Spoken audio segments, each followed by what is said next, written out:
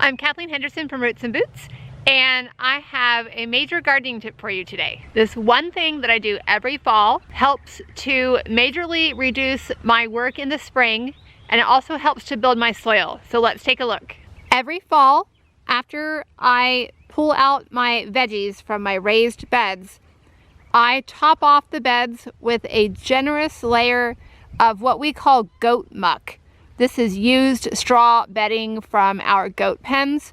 So it's obviously not just straw, it has other goodies mixed in. And this is what helps to build my soil, because over time, you can see I stirred this little section around a little bit, and you can see what's happening under this, what looks like dry, kind of just dead brown straw. There is a lot of great stuff happening. It's drawing worms. It is breaking down into rich matter that is going to feed my soil. It also helps to hold the water. And because these are raised beds, they still drain very well. So I add this in the fall, and it holds my beds over the winter. It keeps my beds from growing weeds, and it prevents any soil erosion. It also helps to keep things looking neat and tidy, which I appreciate.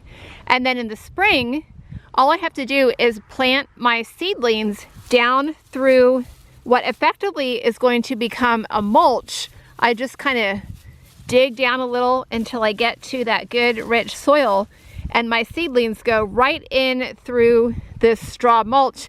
And now I don't even have to mulch my veggies. I've got a rich layer of this goat muck serving as a mulch, and like I said, it will continue to break down and feed my soil. Now, one slight problem that you might have already identified, and it's not actually a problem, it's just something to be aware of, is that if I want to direct seed any crops like carrots or radishes, any kind of root veggies, or greens that are very cold tolerant and can be direct sowed in the garden earlier than a lot of other things, here's what I like to do for that. I've started purchasing a few bags of this organic raised bed compost, and I'm gonna simply add it right on top of my layer of goat muck here. In the fall, when we add this goat muck to top off the beds, it's heaped and it's kind of rounded, you know, it's a little elevated over the height of the raised bed itself. But over the winter, it kind of settles and sinks a little bit. And so I should be able to just smooth it out a little, even it out, and then add my compost right on top.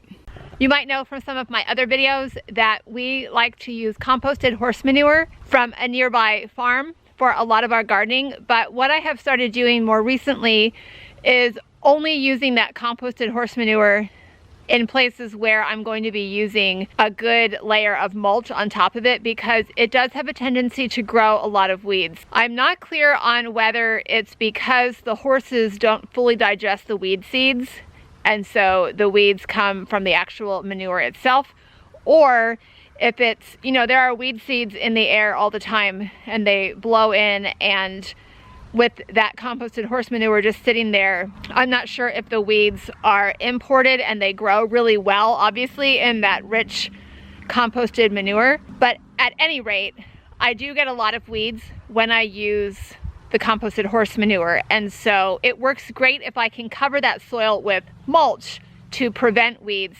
But in cases when I am direct seeding, like I said, with root veggies like radishes, carrots, etc., I don't want to cover those seeds with a mulch. And so if I'm going to need that bare soil for direct seeding, then I like to use what should be a pretty sterile purchased compost mix. I have direct seeded my radishes right here over this compost, and I'm going to finish by sprinkling a little bit more compost, a fine layer on top of my seeds to kind of hold them in until they germinate.